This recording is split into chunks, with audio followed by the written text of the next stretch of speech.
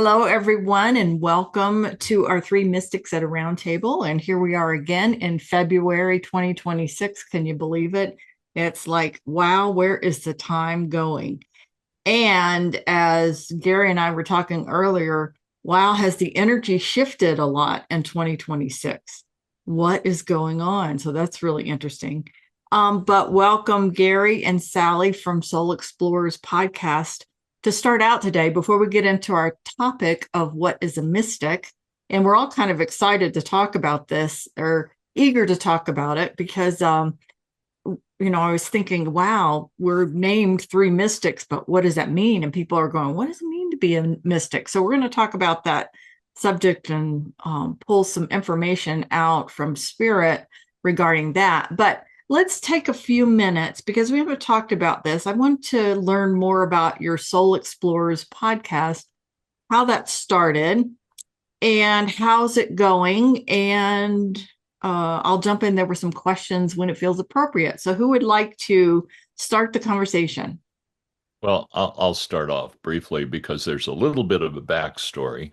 About 7 years ago, I had a reading from Suzanne Wilson, who's a very well-known medium, and I recommend her to anybody. Um, she told me, one of the things she told me was, you're going to be doing a podcast. And as you and I were just discussing, Susan, neither of us really like to be in the spotlight a whole lot. And I thought, oh no, that's never going to be part of my journey. I don't think I'll be doing that. Fast forward to a couple of years ago, and Sally and I met on Wendy Zamet's Global Gathering and had seen each other several times and did some work together. And then she came to me one day and said, I want to do a podcast, but I want to do it with you. And I couldn't say no to that because it had been predicted, several years previously that I was going to be doing this. And it's like, okay, that's where spirit wants me to direct some of my energy. So, Sally, I'll let you add to it. Yeah, well, it was just a prompting that I had that this was something that you know, could be a way to serve spirit, right? But I did not think that I was up to it by myself. And Gary was absolutely the only individual that was ever in my mind. Doesn't hurt that he's got this beautiful radio voice, right? And he's been in this field for a very long time, so he has a lot of connections. He's met a lot of people along the way, and so it's the perfect collaboration because I've been able to handle the technical side of things, and he's been able to handle sort of the scheduling and interacting with guest side of things. And between the two of us, we seem to be successfully moving right along. And I'm really proud of the work that has come out of this collaboration. Me as well. Well, where can folks find connection? I know you're in several different places. I know you're on YouTube. Are you on Substack? Not on Substack at this point, but we do have an audio version of the podcast on pretty much all of the major streaming platforms for audio podcast. So you can find us on Apple and Spotify. just all the regular Spotify, all the big ones. We're there. Some of the smaller ones as well. So if you don't want to sit and listen to the or watch the video version, you can also find it in audio form and listen to it while you're in your car. But the only problem with that is you don't get to see the lovely Sally if you're only Oh, listening to it. So, Absolutely. Or your guests or your guest right, faces. right. The Yeah. wonderful guest. Yeah. Yeah. Now, is there a main focus for the Soul Explorers podcast, or are you just open to all of those folks that are on spiritual journeys and what they're learning and what they're experiencing? Uh, yes, is basically the answer. It is an exploration, right, of spiritual topics. So we do have a lot of mediums, we have uh, researchers and scientists, we have scholars, we have uh, people who have had near-death experiences. So just a wide range of different people talking on spiritual subjects. But I find they all do come together.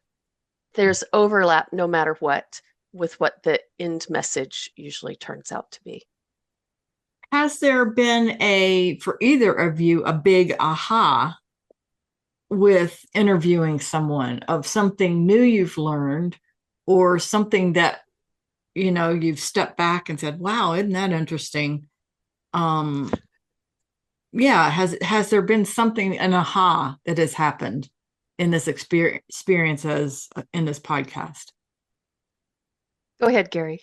Well, I would say more in the sense of confirmation of what I was already experiencing or intuiting. So there have been some aha moments in that, I think. Or validation of what Yeah. you had been thinking about. And I find that happens a lot for me, that I'll be thinking about something and all of a sudden somebody comes along and validates, what we've done. Right. And today's subject is no exception to that because it has continually come up recently. What is the mystic? Mhm. So we're going to dive into that. Yeah. And but I just have come from a couple of events that was the focus. So For you, Sally, was there any like ahas, or was it more the same as Gary, where it was just confirmation of what you've already intuited within, and then it just Yes. validates that? I would say that's largely the case for me as well, in that we've both been on this journey for a while now.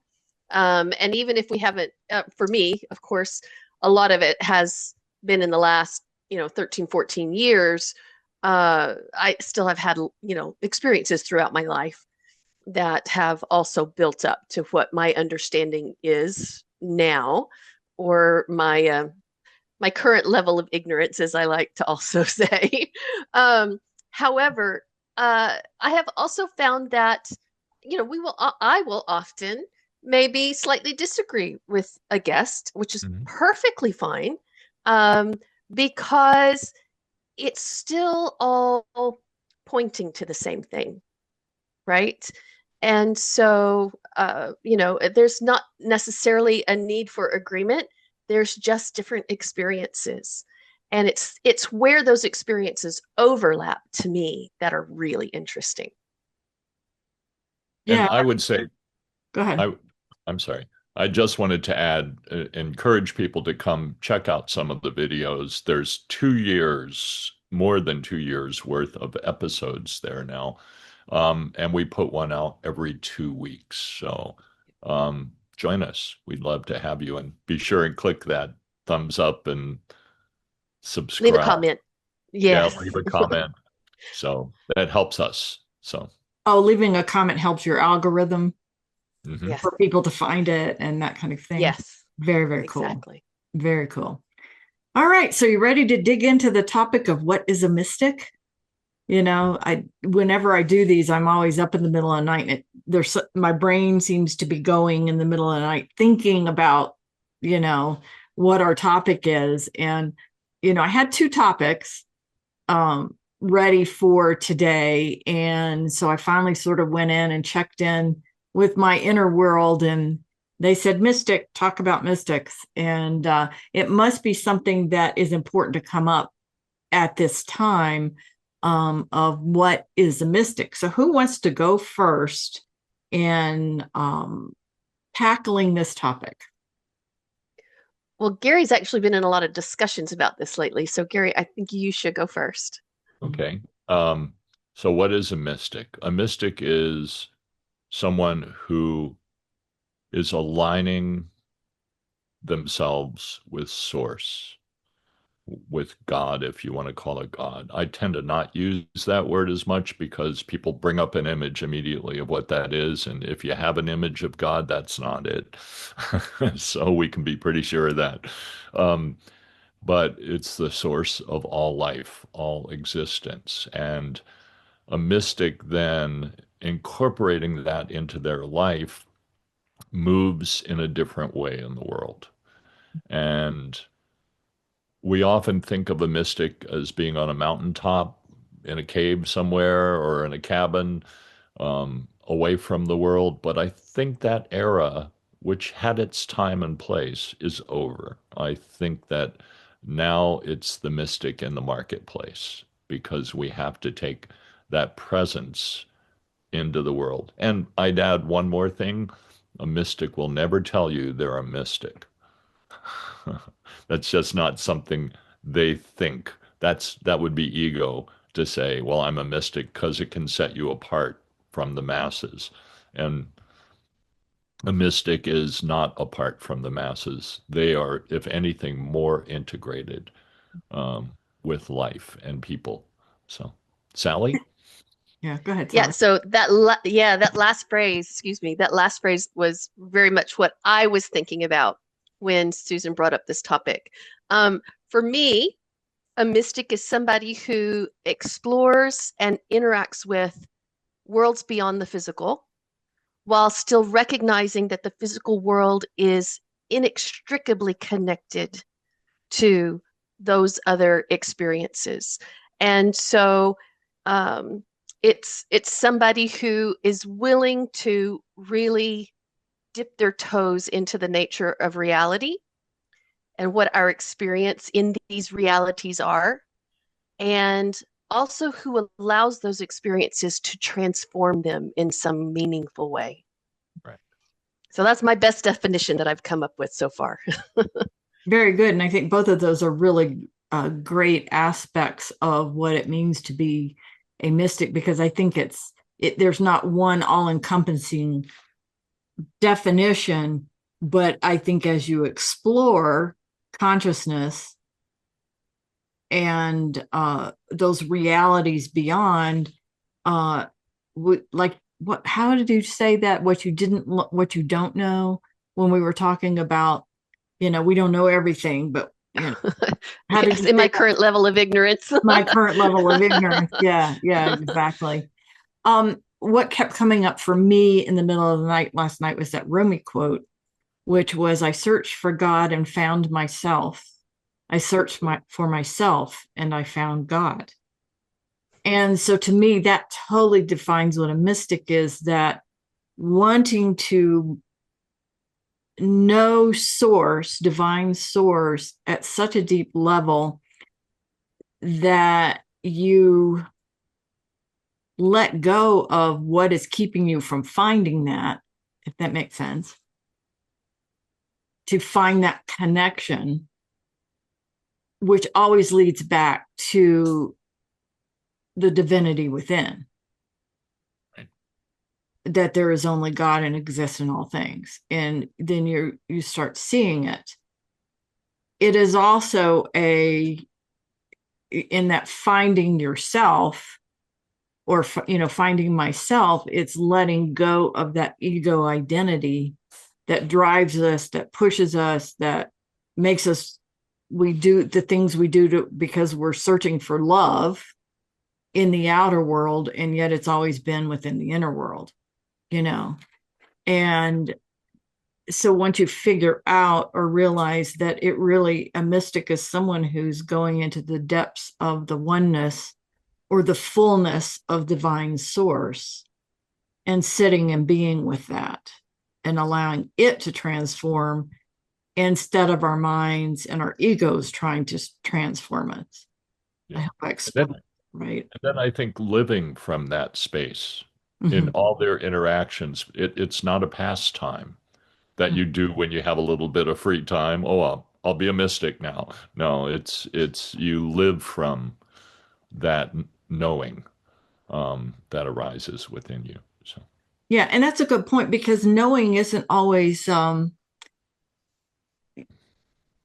let's talk about knowing and experiencing. You can know something, but you haven't experienced it. It hasn't moved into the heart. It's been in the head or the bouncing around the head. But there's also, I think, the importance of that experience to know it's real. It's like riding a bike. You can read all you want to about it, and you can listen to all the podcasts about, but till you get on the bike and ride it, you really don't know what it's like to ride a bike. So go ahead. I was going to say, our good friend Cheryl Page always says, you know it in your knower. In other words, but to get to there, you have to have experienced, I Correct. think, to have that knowing. Yes. I think, for me, a lot I've known and I've heard. And so maybe the planting seeds is good, is really important for people. You know that you're one with the divine, but still there's a belief of separateness. And until you experience that oneness, you don't really, it really hasn't integrated into your system. I think it's what some of the Eastern spiritual traditions called samadhi, where they go into this oneness. Not everybody has to do it that way, because I think there's all paths back to, go ahead, Sally. I see that Yeah. going in your head. Well, I'm just agreeing with what you're saying, because I've taken this a little further about what it means to be a mystic. And of course, there are those well-known mystics who've written about their oneness experiences, their ecstatic experiences, these really, extreme transformational type things that they have written about. Can you be a mystic if that's not happened to you? Well, of course you can, Mhm. because it's also very much a mindset as well as a practice. And it just so happens that these experiences arise within those mindsets and those practices. So, can you be a mystic before the transformative event? Yeah, I think you can if you are an earnest explorer, if you're a seeker, if you have the desire to experience and understand the nature of conscious reality.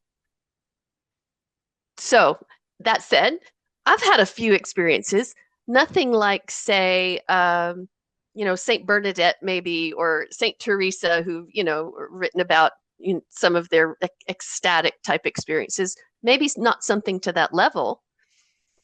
And it wasn't even things that I was searching for to experience. They were unexpected events that were transcendental in some way, right? But I owe it to the focus, the mindset, and the practice more than anything. Spontaneous events. They were spontaneous, yes. Well, and I think that's always true, because usually those experiences, or those divine experiences, or the direct experience of that other world source, always happens without us making it happen. Because it's Yeah. usually the ego that wants to make those experiences happen. Right. Sometimes to make ourselves feel good about ourselves. It's like, oh, I must be connected because I had this experience. And then there's, those that just sit there wishing it never happened, because it's coming from that place of lack of surrender to the process. And I think that's a big key. I don't know what you guys think, is that surrender to it, that world doing its work in us, rather than us doing the work to get there. Yeah. Does that make sense? Yeah. I think there's another element as well, and that is it is the most exciting path to embark on, but be prepared for the fact that your life is going to change dramatically, and that what you once held dear may fall away. Yeah. People in your life may fall away, but new people will arrive. But it can be a lonely path for some, because you're stripping yourself of everything the ego had built up over your lifetime. So, Yeah. And you know what? The ego, I think it plays a role in our journey. At least that's what I've found, because we come in as little babies and kids, and we don't remember how to function in a spiritual way in this world. And we have to get in there and fight for our, being there. And if there's lack of love or that kind of thing, we create this safety mechanisms in us that is part of the ego. And so once we get older and we realize, well, this isn't serving me, it's just wearing me out, being this way, the drive, the looking for love outside of myself, trying to find the heart connections. That was my big one, is I spent my lifetime from a kid looking for heart connection and not finding them, and then learning I had to let go of that because it was the thing that was driving me, if I could find a heart connection. And then when those people move out of your life, the disappointment, so the ego serves this role, I think, to help us get there, because we find out, we start questioning what we're not. It's even like religion, for you, Sally, as well. In being raised in a religion, you get to the point where you start questioning, is this right? Is this bringing me closer to the divine, or is it not? And then that starts the search. That's how it started with me. This isn't bringing me closer to the divine. I'm not feeling the presence of the divine. Is the divine real? Or is it just words? It's just words in the mind, but not the experience. And so I think that in many ways, that what kicks off the mystical journey, where you start, okay, is what I've been taught real? What is real? Those questionings in life. And I think a lot of that is happening in many ways, because I think everybody has to go through their looking at the world and going, oh, maybe this isn't what I thought it is, And then there are those that are clinging to this world, as their safety and security. But it really is the mystic who starts questioning everything. Wow, was this real? Was this truth? Was it? And that, I think that kicks off the journey, at least for me. Any thoughts there? Yeah, it comes full circle. At least it has for me, right? What I had to question around my ego was all of the roles that I thought defined who I was. And when those roles fell apart, who was I then? Right? And so that was, for me, my coming to an understanding of the roles of my ego, right? I mean, if we didn't have ego, we probably wouldn't feed ourselves, right?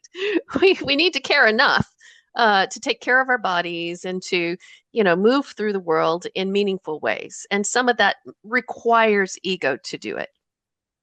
But what we're talking about with mysticism is that when you do begin to question all of those things that you had been taught so that you could function in, a material world, is that the only place to go then is within.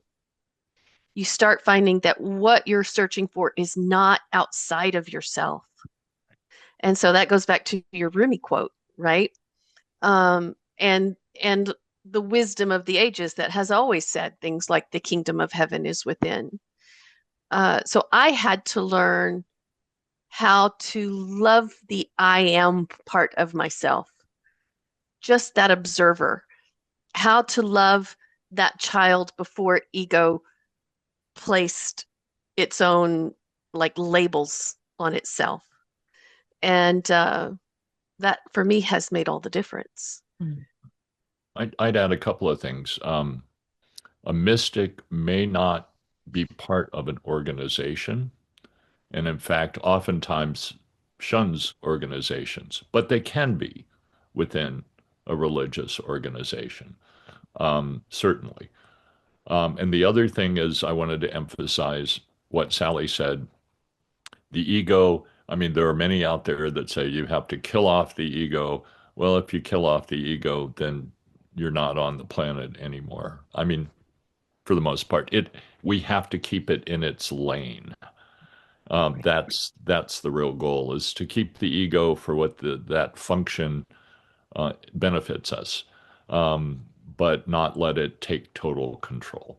So, yeah, and I think there it's like letting go, really working with divine spirit to clear the distortions of the ego. Correct. The beliefs that have held them back from being able to experience the divine. And that's why I think the invitation is so important, to invite source to come lead you through the journey instead of us trying to figure it out. And there's a big difference there, because there's some folks that got to go to all these workshops and get the next thing and read the next book and that kind of thing, but they're not going inward into stillness to say what needs to be removed from me that is keeping me from experiencing the divine or truth. Right. The truth of this world. And so the ego has distortions. And so when we talk about letting go of the ego, it's letting go of the ego's distortions that are the blocks. And the ego does play a role in this, but is that ego aligned with leadership from divine spirit rather than leadership from wounded self? Right.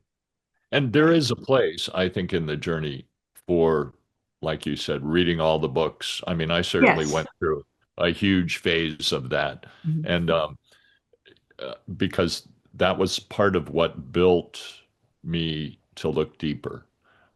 So I could glean from everything I read what was really important. Yeah. And discard what wasn't. So yeah, I think Yeah. that's And I think we all went through that, yeah. when we start out on our spiritual journey, because you're a seeker first, seeker of truth. Right. And like we lived near ARE, Association for Edgar Casey's Association for Research and Enlightenment. And boy, that library, I read so many books when I was first waking up out of that library. And then there's a point where you start letting go of that and realizing I've got to find the teacher within, which is, that inner divine wisdom that leads and guides us. So I think the difference is not letting the wounded ego lead your spiritual journey, but allowing divine source, your oversoul, your higher self, to lead you where you need to go, and surrendering to that, even if it's painful. One thing I've learned is the spiritual journey is not for sissies. Oh no. I think that's what I was trying to emphasize before when I said be prepared for your life to take a dramatic change. Yes. I mean, you won't want to go back, but it won't be necessarily the way you picture it will be. Right.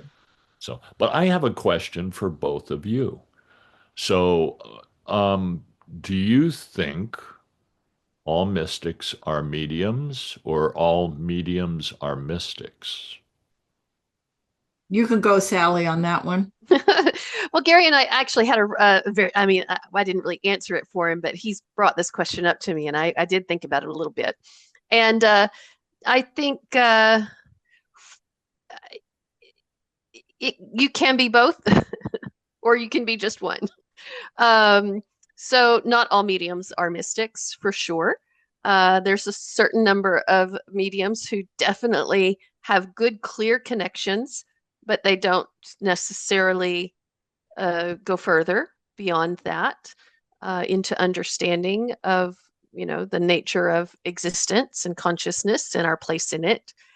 And then there are mystics who definitely have their own experiences and their own transformative, transcendental, whatever words you like to use, experiences, who don't necessarily put their time and focus on communicating with disembodied individuals beyond maybe their immediate guides, angels, connected directly to them. So yes, you could be both, or you could be one. So I think I would just add that the mystic has the capacity to tap into that if that's their focus and their path to do that.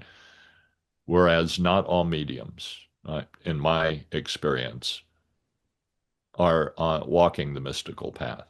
So, yeah, I would agree 100% with that. I do think everyone has the ability to be a medium if they desire it and have those experiences.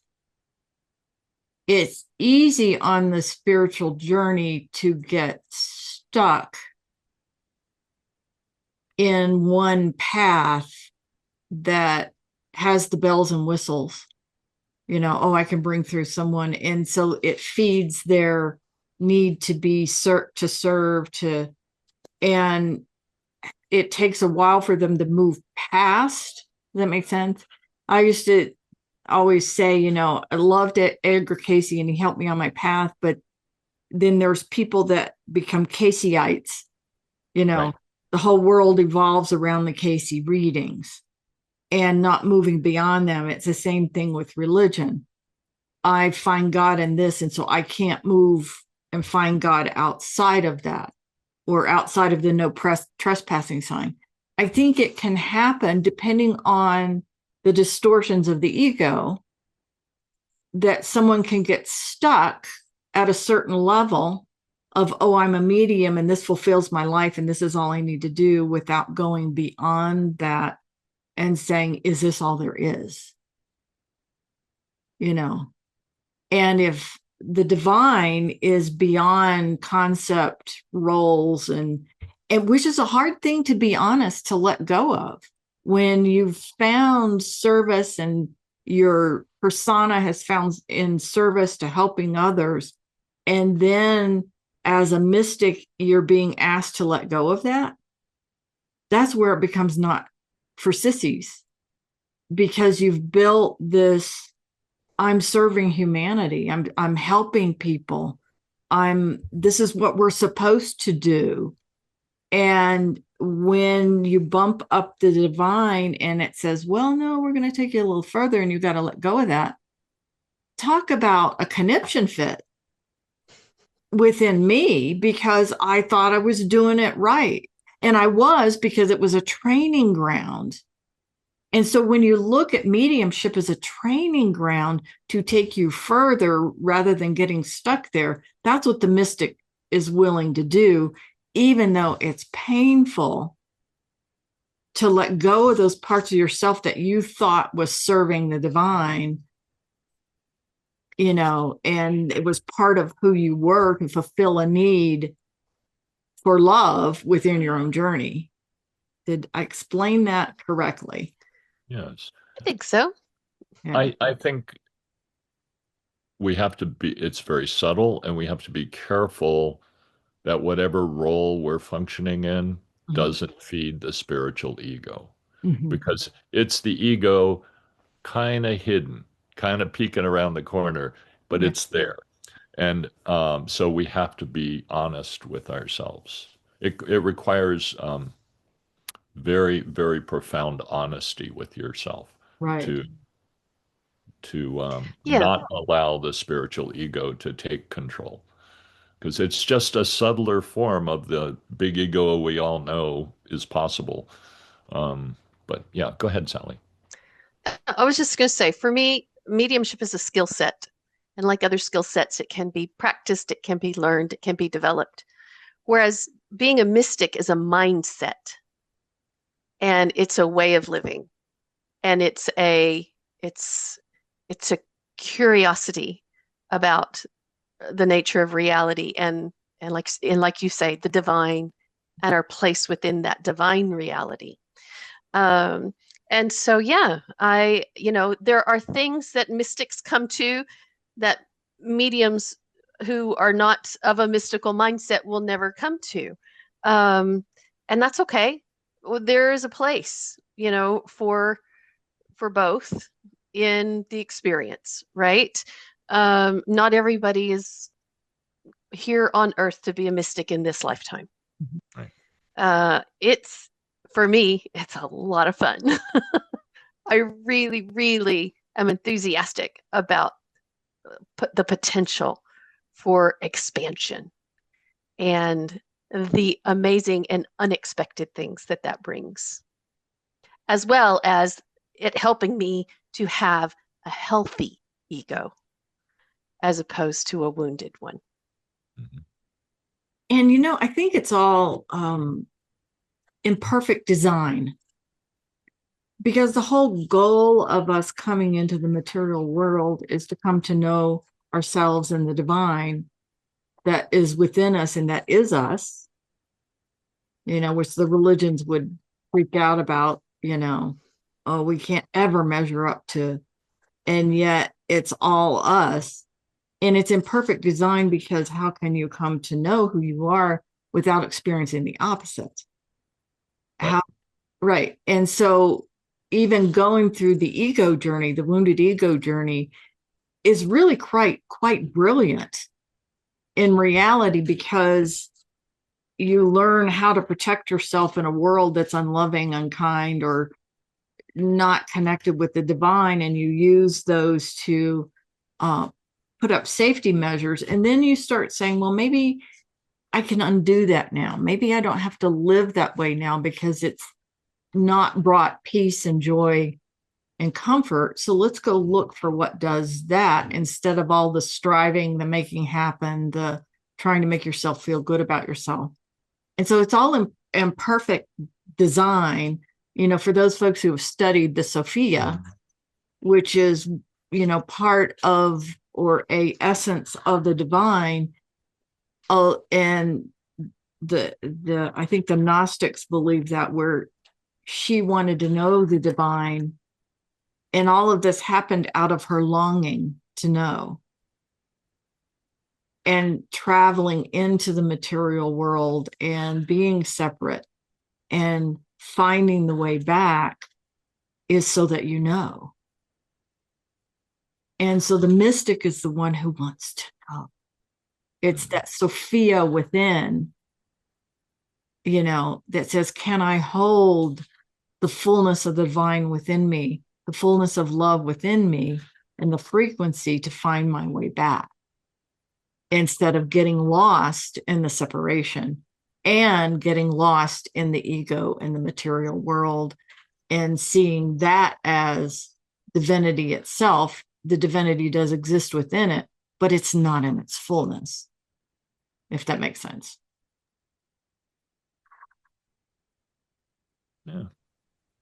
So it's an interesting journey.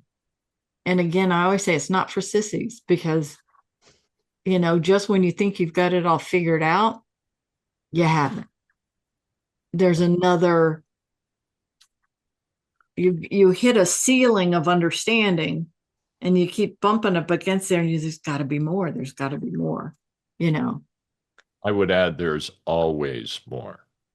So There's never always- think you have arrived, Mhm. because there's always another spectrum to explore. Always agreed. There's always something. I think. Anytime, Go so I'm ahead. sorry, go ahead. No, you No, go. I was going to say, anytime somebody says I'm enlightened, I immediately become suspect. Because that suggests, like Gary was saying, that point of arrival.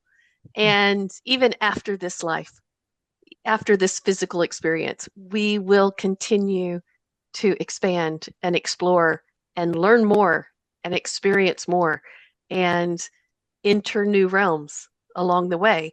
So I have just become excited about that entire process. And I know that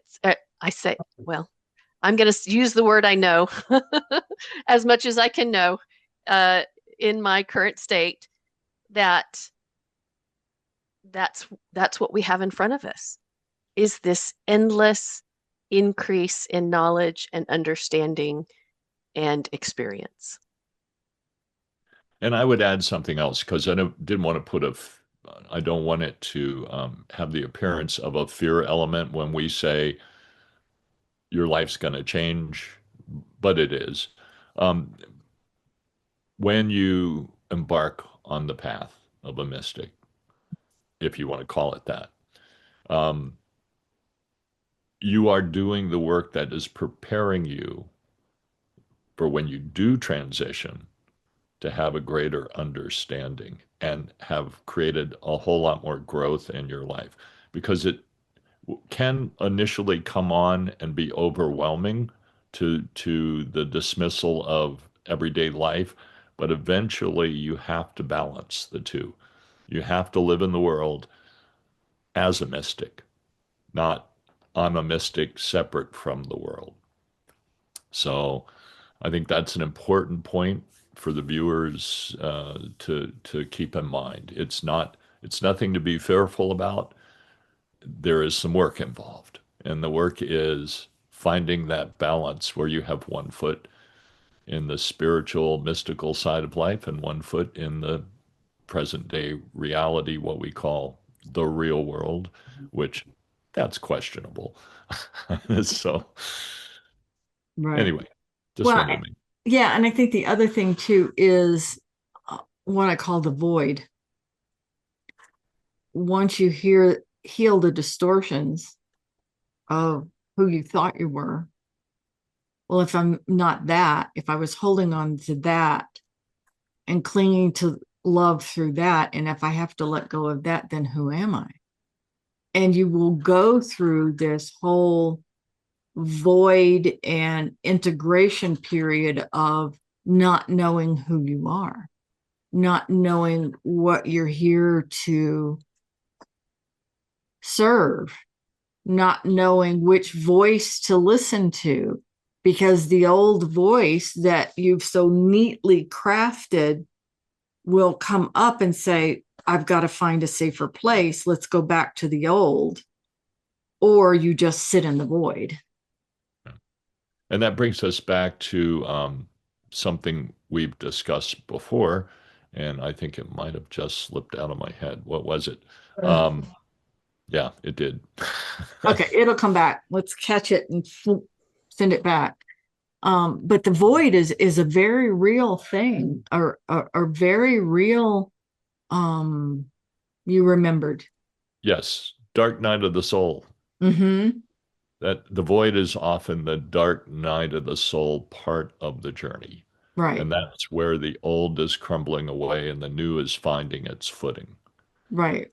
And Right. that can be a little rough, but and not everybody has that experience, and some have milder versions of it than others, but it is a possibility. Mm-hmm. So if we enter into the journey of finding out more about consciousness and our true self with a lot of baggage from our life, then that increases the possibility that that dark night of the soul will come to erase all that baggage. So, And then I think the other thing that fits in with the not for sissies is the temper tantrums, your inner child temper tantrums. I mean, have you ever experienced one of those where your inner child just says, no, I'm not doing that. I'm going to hold on to this because this is what makes me feel safe. Don't take my teddy bear away.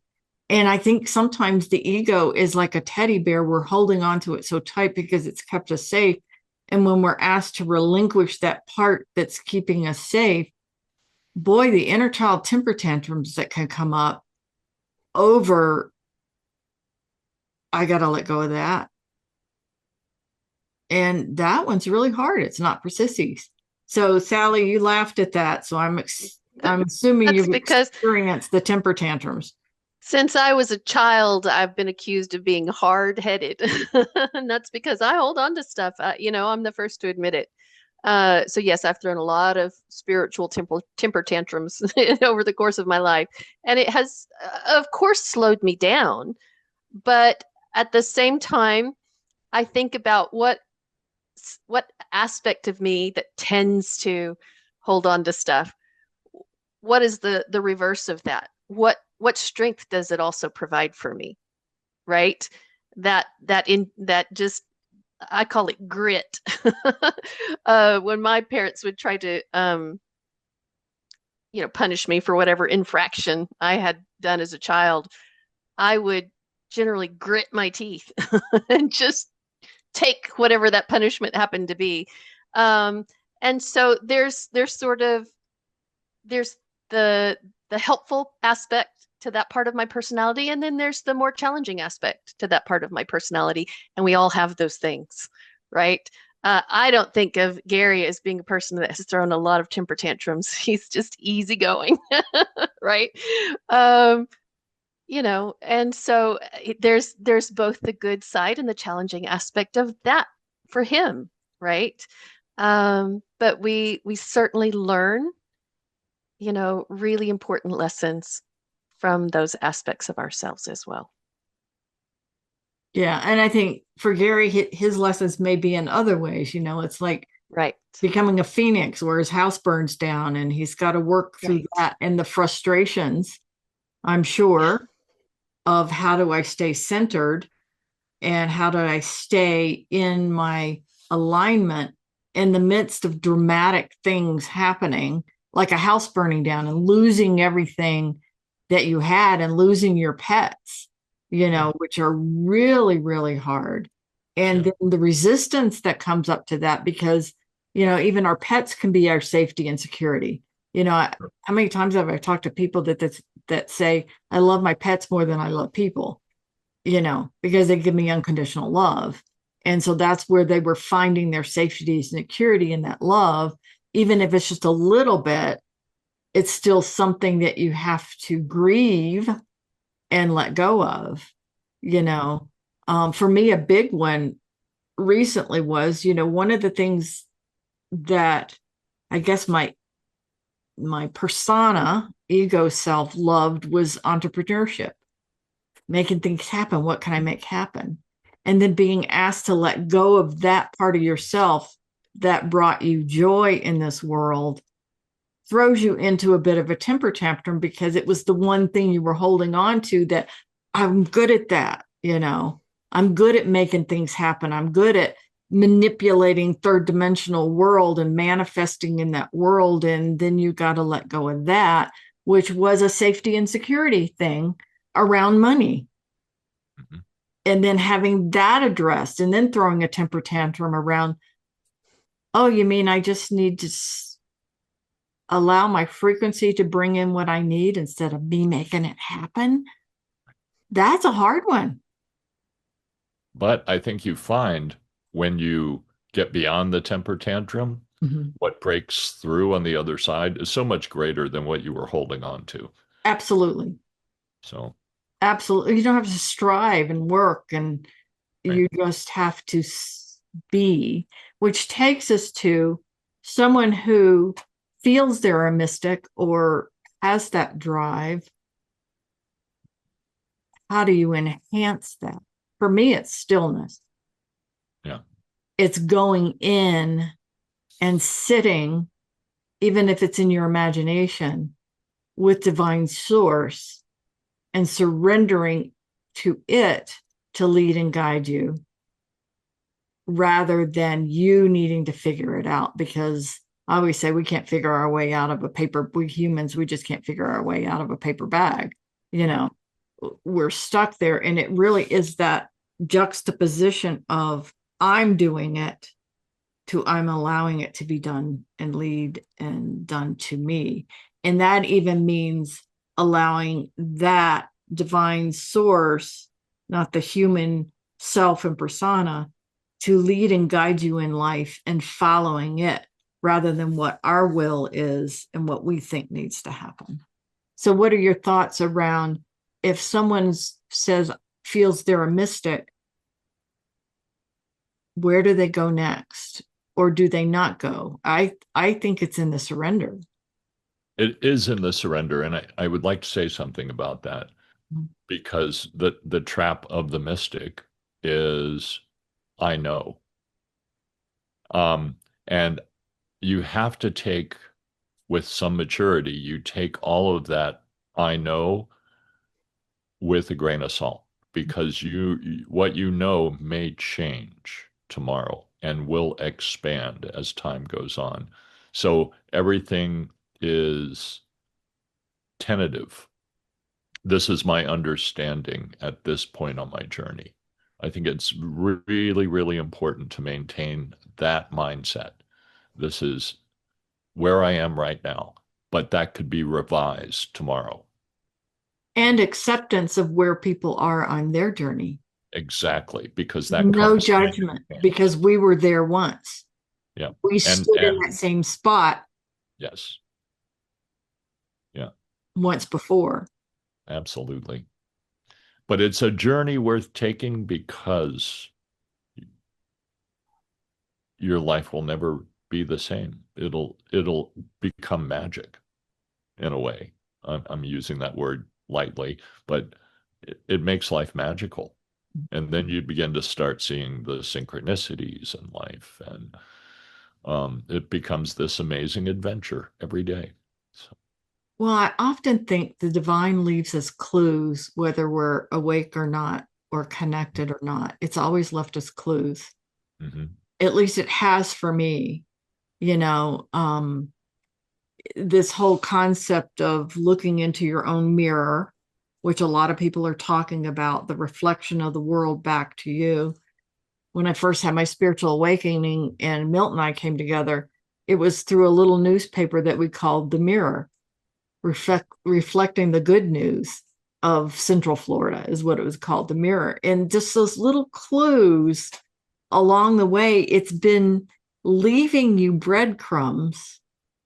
And when you start looking in that direction, then the synchronicities, the breadcrumbs, you start realizing the breadcrumbs were there along. It was leading you all along.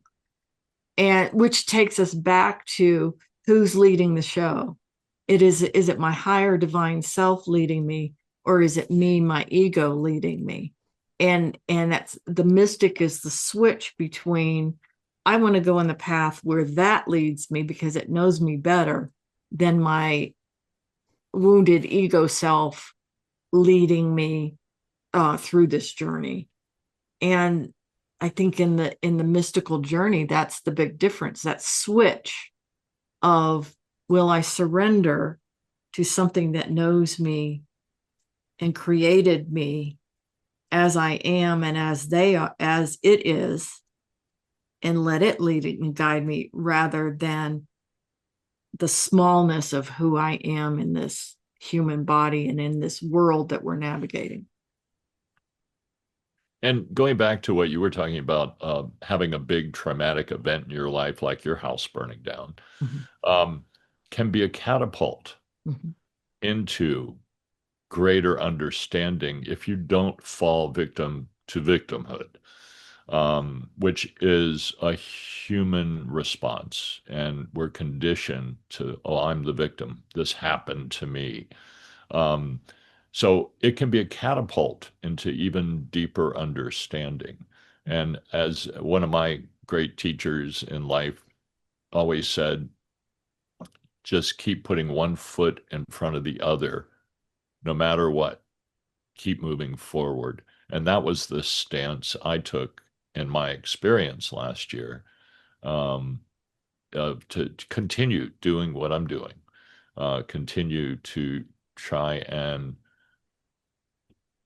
spread peace and loving kindness to people, even though I had to go through a shock, and we all do. I don't think any of us get out of here without some trauma in our lives, but it's how you cope with it, and so it can be a catalyst to the mystical path. Yeah, I agree with that because, Sally, for you, what was your catalyst? What really was it, the loss of your son, or were you already questioning before that happened?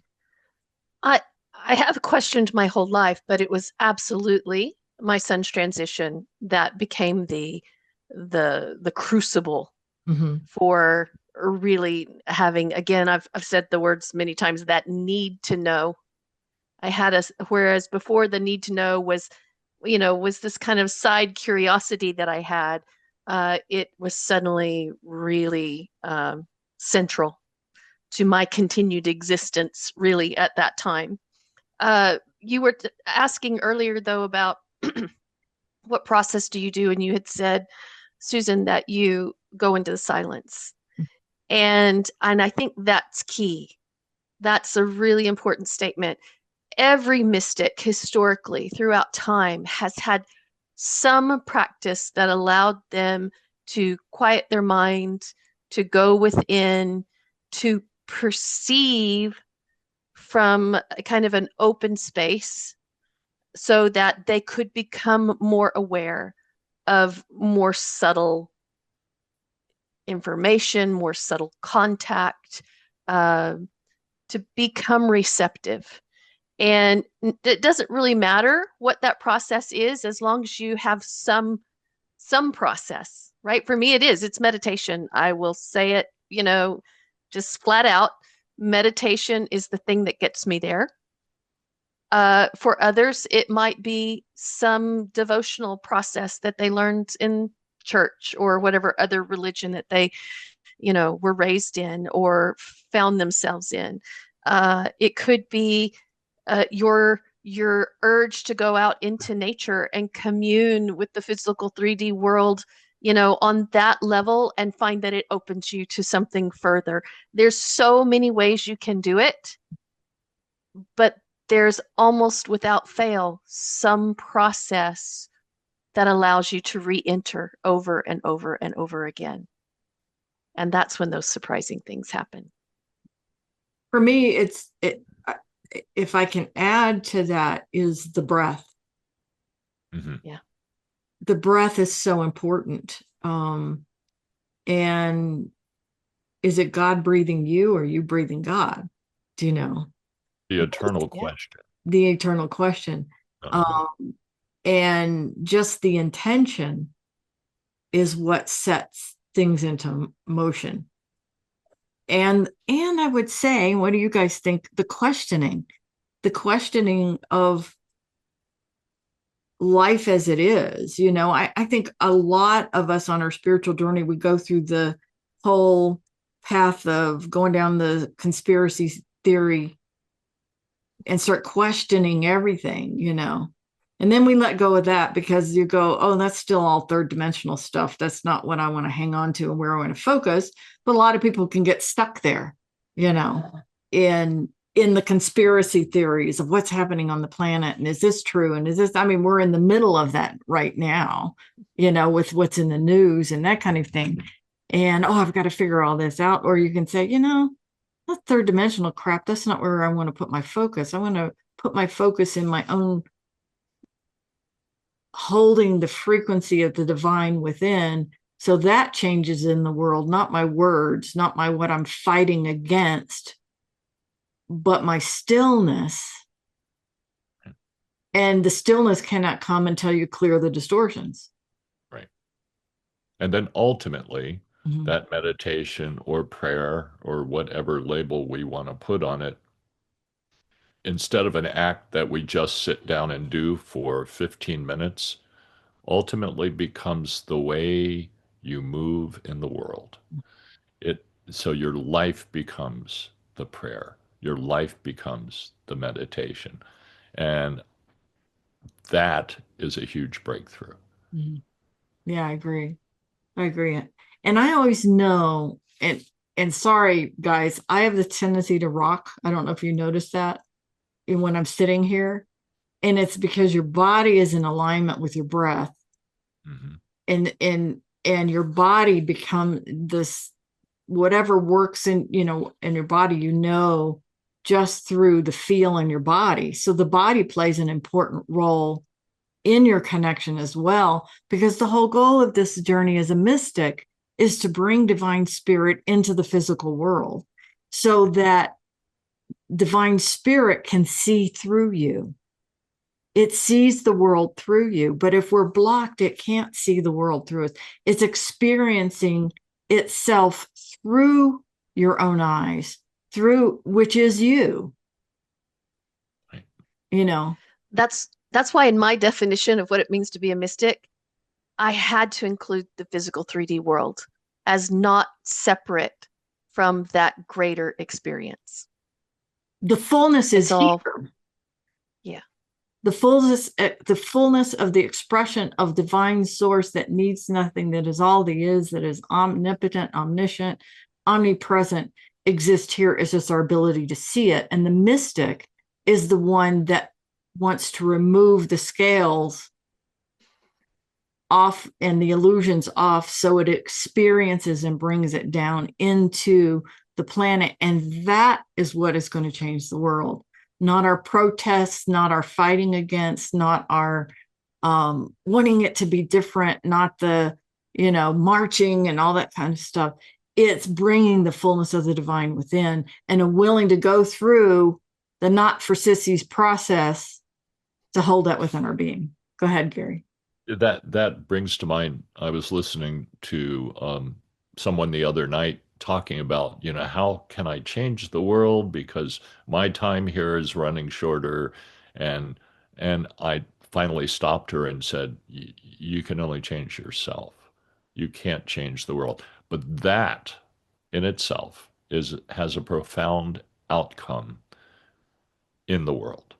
And we don't realize how powerful changing yourself, walking the mystic's path, if that's the terminology we put on it, has an impact on the whole. And the more people do that, we will ultimately reach a critical mass on the planet and I think we may be reaching that on some levels now, where people are saying, I'm not happy with the old system of things. I want change. Um, so just And thought that's the difference between trying to fix it in the outer world and fixing it in the inner world. right. You So know, start with the inner world, and then you like change your we're- frequency, and right, the frequency changes the frequency in the consciousness field, which allows other people to wake up to that frequency of the existence of the divine just by changing. bingo, Yeah. bingo, you got it. That's And it. that's the spiritual journey in itself.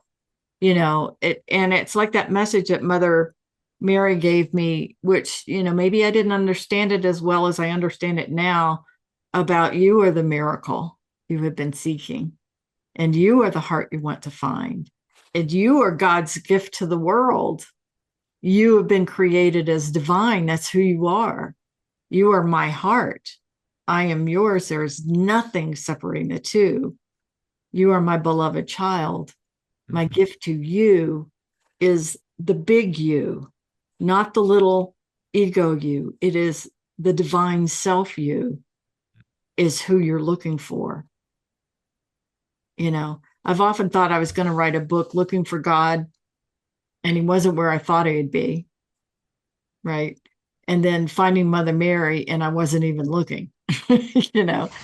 Maybe one day I'll write those books, or maybe it's not necessary. Maybe it's all in the consciousness field already, because I understand now what it was I was looking for, and there was nothing to look for. It was there all along. Yeah. Just uncovering that front that was in keeping me from understanding that I was divinity itself all along. That's right. And that doesn't mean that there aren't vicissitudes in life. There aren't challenges. But as Rumi said so aptly, the wound is the place where the light shines in. Absolutely. All right. Just on a little side note, yeah, I was just going to say, just to end it with a little bit of Mother Mary, she does that, doesn't she? She does indeed. She sneaks up on you. She sneaks up on you, and she brings in so much love and acceptance. And then you realize the love and acceptance you were looking for in the outer world was always from within. Right. It was always within. It was never outside, because the world is too wounded to give that kind of love. But it's all here, and all you got to do is open the heart and surrender to that. So the path of the mystic is the surrendering to it doing the work and taking you where you need to go. Gosh, I'm glad we said. solved this today. Yeah. Well, I was thinking for next time that it would be, the title of it would be Life is But a Dream. Oh, excellent one. We can go a lot of places with that. Go a lot of places of Life is But a Dream. And it's funny, the things that come in your mind in the middle of the night when you're not thinking about it. And those were the two topics. And Spirit said, let's talk about mysticism and being a mystic. And next time, life is but a dream. So that'll be a fun discussion. Well, tap Perfect in and timing. find out how we did on our discussion with Spirit. See I what will indeed. Well, I felt it. I could feel moments of the Spirit, the presence of Spirit, as we discuss. And so this is really good. So onward and upward, or onward and inward. Yes. Right? All right. Bye, everybody. Thank you so Till much next time. for joining us. And go check out Soul Explorers podcast.